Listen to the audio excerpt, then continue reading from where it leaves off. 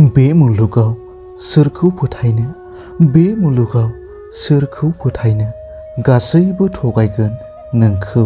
खालि सासेल' सुबुङा नोंखौ थगायनो हाया, खालि सासेल' सुबुङा नोंखौ थगायनो हाया।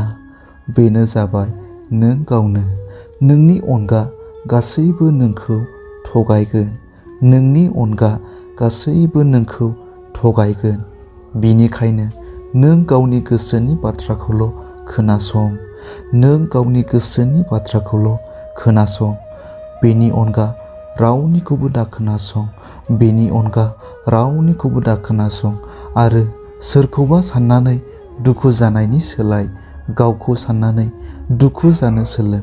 सोरखौबा साननानै दुखु जानायनि सोलाय गावखौ साननानै दुखु जानो सोलों।